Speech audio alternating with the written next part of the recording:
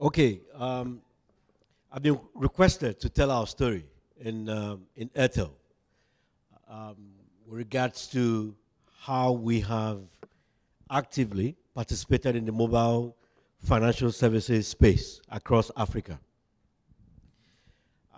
As you very well know, Airtel got into Africa about 3.5 years ago. And just about 30 months ago, we took a decision to get into the mobile money space by launching Airtel Money. And compared to our contemporaries in industry, the likes of MTN, Tigo, and Voda, we sort of arrived late. I mean, if we may use that word. But over the past 30 months, we have done a lot of heavy lifting, secured licenses, launched the business, and grown the business to become a significant player in about 15 countries today. So I'll just, in 20 minutes, tell you the story and also give you an idea of where we're going to over the coming years. I take it that you've read that, the disclaimer. Okay. According to the World Bank, 55% of Africans have mobile phones but don't have access to financial services. And that is actually the primary opportunity for mobile money in Africa. For us in Airtel, even looking at our base today, that means we have, and after discounting multi-SIMs, that means we have in excess of 50 million subscribers of ours in our markets that don't have access to financial services. And that forms the primary target for Airtel Money in our market. And from an opportunity point of view, we realize a couple of things. The first is a low level of financial inclusion across our markets. The second is the very weak infrastructure for brick and mortar financial services. And so, obviously, in all those markets, you have banks, microfinance institutions, different types and forms of financial services providers, but yet their penetration in the respective markets have been ridiculously low. A good example is a market like DRC, where we have sufficient presence. In that market, 74 million people or 80 million people, depending on who you ask, the number of bank accounts in that country is less than 2 million. If you go to Tanzania, 42 million people, number of bank accounts is less than 4 million. And in both markets, we have well in excess of 8 million subscribers. So that begins to give you an idea of the sort of opportunities that we've located. And of course, the third point is the higher levels of mobile penetration, which I've buttressed with the DRC and Tanzania examples. There's always been this big debate. Who should play within the mobile money space? Should it be the banks? Should it be non-banks? Should it be telcos? We in Airtel believe strongly that the telcos have a strong role to play. And for very obvious reasons, to our own reckoning. The first is this is a mass market, low value, high volume business. It's a lot of hard work. It has a lot to do with distribution. It has a lot to do with having brand presence and having your brand resonate in areas where these people are present. And across the markets that we cover, at least I can speak for those markets, there is no bank, there is no non-telco, except perhaps the likes of Coke or Nestle that have such a presence. But obviously, this is not within their purview. The third point is we already have very strong sales and distribution network across these countries. A simple example, in Nigeria, Airtel alone has in excess of 200,000 SIM selling outlets in this country alone. If you put together the bank branches, the branches of all the banks, all the MFIs, all forms of financial institutions, you will find 12,000 locations or points of presence. So the telcos are in the best position to drive this. But more importantly, is the fact that for us as telcos, the primary reason why we're in this space is not to generate revenue. Revenue is important because the business has to be sustainable. But we need to drive stickiness of our GSM customers. So from a customer loyalty point of view, it is strategically the major reason why we're in that play. And no other party sees that benefit as much as we do within the telecoms industry. The second block of reasons that we identified in making this decision is the fact that across all our markets, even though you've had players over the past 8 that have been there much older than us or before us, the operators have only been, in terms of the services that they offer, has been just the basic services. Pay for buy airtime, do P2P, and pay bills.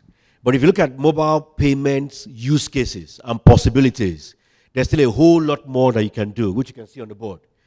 So in terms of integrating banks, doing all sorts of exciting things with banks, international remittances, solutions for corporates, for governments, and then getting into savings and loans, insurance, mutual funds, government initiatives, health, agric. There's just so much that you can do within the space. So across all those markets, perhaps except East Africa, the industry is still, or was still, at an embryonic level. So we identified 3 broad objectives as Airtel. The first is to provide instant, easy-to-use payments and retail financial services across our markets. Obviously, this has been lacking from a massive scale point of view. The second was to create an opportunity, create opportunities and prosperity for Africans. I mean, I need not preach to you. There's a strong linkage or correlation between access to financial services and prosperity. And it's been demonstrated across several markets, and Africa is not different. And then the third is to lead the Airtel charge for revenue and customer market share in our respective markets. In a good number, we are present in 17 markets. We are leaders in about 10 of those markets. And Airtel money is being used sufficiently to ring fence our leadership and to drive stickiness of our customer base across all our markets. And so, from a strategic intent point of view, we said, looking at the space, across these markets, we think that by the end of 2015, we can actually be the leader in retail financial services across Africa at a Pan-African level. Yes, it's true, in a market like Kenya, for example, you have the M-Pesas of this world that have become the poster child. So the good news is that most of that success is restricted to East Africa, Kenya, Tanzania, and to some extent Uganda. And so across the 5 pillars that we've identified, revenue, active customers, transaction count and value, brand affinity, and revenue, we have, and we've set as a goal for ourselves that by 2015, we can take this position and lock it in. And obviously, while doing all this, we are ensuring that we are highly regulatory compliant. We're helping drive airtime and data sales within our operations. And of course, we're also helping reduce and possibly eliminate churn across our operations. So we launched the business, like as I mentioned earlier. Today, we have several use cases. Our customers use it to buy airtime, buy data bundles, buy SMS bundles. P2P is an offering. It's strongest, obviously, in East Africa. We have buy goods, buy services, pay bills, international remittances, working with likes of BICS. We have bulk payments that we offer to corporates and governments to pay salaries, pay vendors, etc. We have insurance. And we've started introducing loans, savings across our markets. And then many more initiatives that we'll be introducing over the coming years. This is our mascot. It's called Mr. Money. We have to give him a suit because when it comes to financial services, you need an element of seriousness. And obviously a red suit because red is our color. So these are the markets where we have operations. We have a very unique coverage in Africa, what we call the Middle Africa. Besides maybe Cameroon, Central Africa, Cote d'Ivoire, Senegal, and a few other countries where we're yet to have a presence, but we have a decent coverage of Middle Africa. And we've launched this business across 15 of the markets. The 16th one would be Seychelles, which will be launching sometime next month. And then the 17th is Nigeria, which is a non-telco-led market for now, hopefully. We built alliances. We recognize that this business requires huge ecosystem, and we can't do it alone. We need partners. So we've worked with a lot of partners across different spaces: banks, microfinance institutions, insurance companies, remittance companies, even funding partners like Bill and Melinda Gates, IFC, and Track Fund, TV companies, NGOs, etc. So we have a huge number of partners at the Pan-African level and at the respective country levels that we work with to extend our business. How have we fared? What I've tried to capture here in a nutshell is our numbers on a 6-month basis from where we started in October. But the story here is every 6 months we double the business. As at March 2012, for example, we had an active base of about 150,000 customers, about 10,000 agents, 5 million transactions over a 6-month period, with a transaction value over a 6-month period of $121 million. But if you can see how the business has grown following that, and today the business is live in 15 countries, 6 million active customers, active agents of about 150,000, transaction value of about $2.8 billion in 6 months. But if you look at our current run rates, which we've seen over the past 2-3 months, we're now seeing an average of a 1.2 million transactions, valued at $35 million on a daily basis. So what that is looking like is that on a monthly basis, is probably in excess of 30 million transactions and $1 billion on a monthly basis. And it continues to grow. We've maintained consistently that growth rate. And the beauty of this is, beyond the fact that we are seeing a lot of growth in East Africa, obviously because the market is used to mobile money. And so our biggest market is Tanzania, for example. But we're seeing bold new growth in markets like Burkina Faso, in Malawi, in Niger Republic, in Rwanda, interestingly. So we've demystified that whole story, that this is just an East African phenomenon, but we're seeing it happening across a lot more markets. I just want to share some case studies of some of the initiatives that we've done in a couple of countries. In one of our countries, in Central Africa, we process salaries for civil servants. Currently about 120,000 civil servants on a monthly basis. What has that done for the country?